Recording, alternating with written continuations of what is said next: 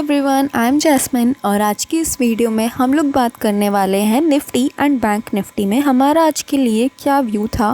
किस तरीके से एक बहुत ही ज़्यादा साइडवेज दिन हमें आज देखने को मिला, जहां पे वॉलेटिलिटी थी, बट रेंज जो है वो निफ्टी की जैसे जैसे डे एंड होता जा रहा था वो उतनी ज़्यादा ही स्क्वीज़ होती जा रही थी।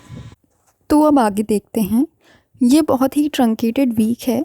फ्राइडे को महाशिवरात्रि के अवसर पर मार्केट बंद है, तो अगले 3 दिन किस तरीके से हम लोग प्लान कर सकते हैं, क्या पूरी स्ट्रेटजी हम लोग अप्लाई कर सकते हैं, और कल फाइनेंशियल निफ्टी की एक्सपायरी है, उसके ऊपर किस तरीके का हमारा व्यू रहना चाहिए, सारी चीज़ें इस वीडियो में आज हम डिस्कस करने वाले हैं। देखिए, सबसे पहली चीज़ अगर हम यहाँ पर बात करते हैं मार्केट्स की, फ्राइडे को एक बहुत ही one sided move on the upside में हमें मार्केट में देखने को मिला। चाहे हम निफ्टी की बात करें, बैंक निफ्टी की बात करें और फाइनेंशियल्स की बात करें, सैटरडे को जो एक टेस्टिंग सेशन हुआ, लो वॉल्यूम वाला सेशन, और उसके बाद आज के दिन जो मार्केट की रेंज है वो धीरे धीरे जो है वो स्क्वीज़ होती जा रही है 22,400 से 500 के लेवल्स के आसपास। सबसे पहला पॉइंट ये। दूसरा एक पॉइंट जो हमने वीकेंड वाली वीडियो पर भी डिस्कस किया था कि अगर आप पुट कॉल रेशियो देखते हैं इस वक्त बाज़ार का, बैंक निफ्टी का पुट कॉल रेशियो 1.22 के आसपास है।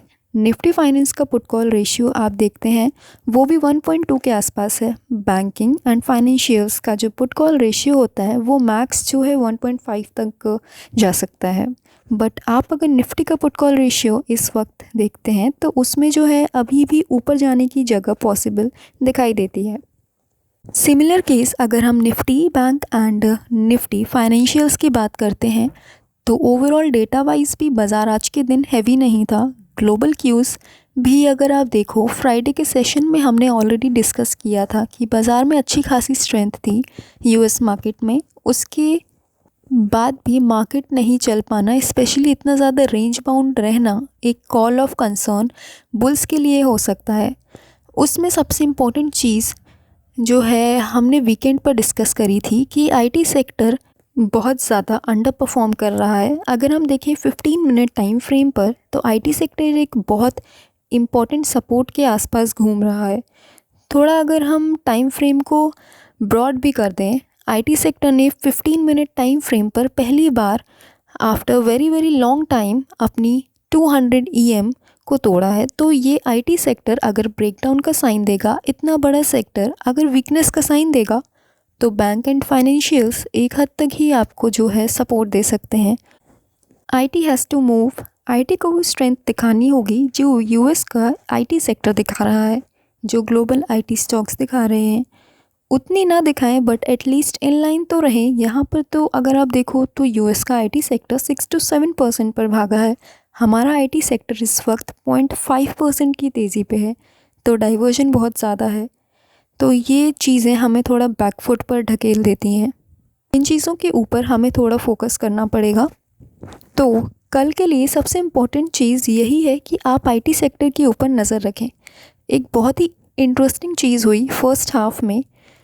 मूडीज़ ने जब जीडीपी फोरकास्ट इंडिया का 6.1 से बढ़ाकर 6.8 करा, सीपीआई फोरकास्ट 5.6 से घटाकर 5.4 करा, उसके बाद एक रैली बनी एंड देन ये न्यूज़ आने के बाद जो सेल ऑफ आया उसमें बहुत सारे लोग ट्रैप हुए थे। तो ये सारी चीज़ें आप देख सकते हैं लाइव मार्केट में किस तरीके से जो है वो ऑपरेटर अपना गेम करता है। ये आज आपके सामने एक एग्ज़ाम्पल बन के निकल के आया है। और एंड में भी 22,430 से 450 जो लेवल मैंने एक रेजिस्टेंस लेवल आप लोगों के साथ शेयर किया था, पूरे दिन बाज़ार इसको निकालने में असमर्थ रहा। आगे की बात करें तो हम लोग इसको कैसे प्ले कर सकते हैं। 15 मिनट टाइम फ्रेम पर हम चलते हैं।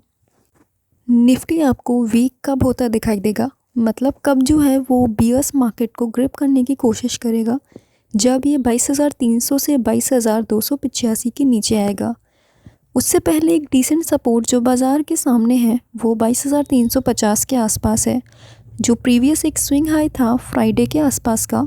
तो इसके नीचे अगर बाज़ार जाता है 22,285, तब जो है यहाँ पे बड़ा क्रैक डाउन एक निफ्टी में हमें आता हुआ दिखाई देगा। ऑन दी अपसाइड में अगर हम बात करते हैं 22,440 से 50 की रेंज है, इसके ऊपर निकलता है तो हम लोग जाएंगे जहाँ पे 22,540 की तरफ एक जर्नी जो है वो कंटिन्यू हो सकती है। निफ्टी बैंक की बात कर लेते हैं। देखिए निफ्टी बैंक को अगर हम देखें तो ये मल्टीपल रेजिस्टेंस के पास है। अब ये 47,400 से 500 पर बन रहा है। अगर हम देखें एक ट्रेंड लाइन रेजिस्टेंस तो है वो यहाँ पे बन रहा है। एक गैप रेजिस्टेंस जो है यहाँ पे बनता हुआ दिखाई दे रहा है।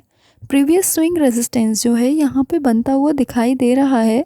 तो 47,550 के ऊपर निफ्टी बैंक अगर सस्टेन करने लगा तब तो आपके पास रास्ता क्लियर है 48,000 तक जाने का। बट अगर आप बाज़ार को निफ्टी बैंक को दोबारा से रेंज में, ये जो ट्रेंड लाइन की एक चैनल बनी हुई है, दोबारा से इस चैनल के लोअर एंड पे आना है तो इसकी ये परफेक्ट जगह है कि यहाँ पे थोड़ी देर टाइम पास करके बाज़ार दोबारा से नीचे की जर्नी कंटिन्यू कर सकता है।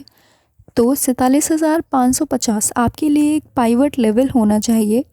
47,550 के ऊपर जाता है तभी हम लोग बाज़ार में कुछ स्ट्रेंथ देख सकते हैं, जहां 48,000 तक के लेवल्स हमें पॉसिबली इन दी नेक्स्ट फ्यू डेज़ जो है वो आते हुए दिखेंगे। और 47,550 के नीचे रहता है तब तक यही चॉपीनेस रहेगी।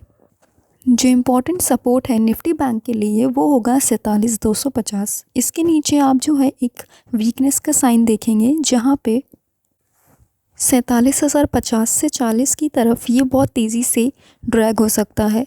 निफ्टी फाइनेंस की बात कर लेते हैं। निफ्टी फाइनेंस अगर हम देखें 1 घंटे का टाइम फ्रेम पर तो बहुत बड़े रेजिस्टेंस के पास इस टाइम निफ्टी फाइनेंस खड़ा हुआ है और स्ट्रगल कर रहा है। ये रेजिस्टेंस कौन सा है? ये रेजिस्टेंस है 21,000 से लेकर 20,950 तक का। तो बड़ा ब्रेकआउट कब पॉसिबल है? जब हम 21,025 के ऊपर सस्टेन करते हैं तब आपके पास कोई रेजिस्टेंस नहीं है। आपके पास 21,160 तक का खुला रास्ता है। तो 160 से 70 पॉइंट की तेज़ी निफ्टी फाइनेंस में बहुत आराम से आपको देखने को मिल जाएगी। बट 21,025 एक बड़ा जो है एक अग्रेसिव रेजिस्टेंस का काम कर सकता है। तो इस लेवल के ऊपर थोड़ा ध्यान रखना। सपोर्ट जो हमें ध्यान में रखना है वो है 20,800। तो 20,800 आपके लिए बड़ा सपोर्ट है। मान लीजिए कल गैप डाउन खुल जाता है 20,800 के नीचे तो हम लोग जो है बाज़ार में वीकनेस मानेंगे। बट 20,800 आपके लिए एक बड़ा लेवल होना चाहिए।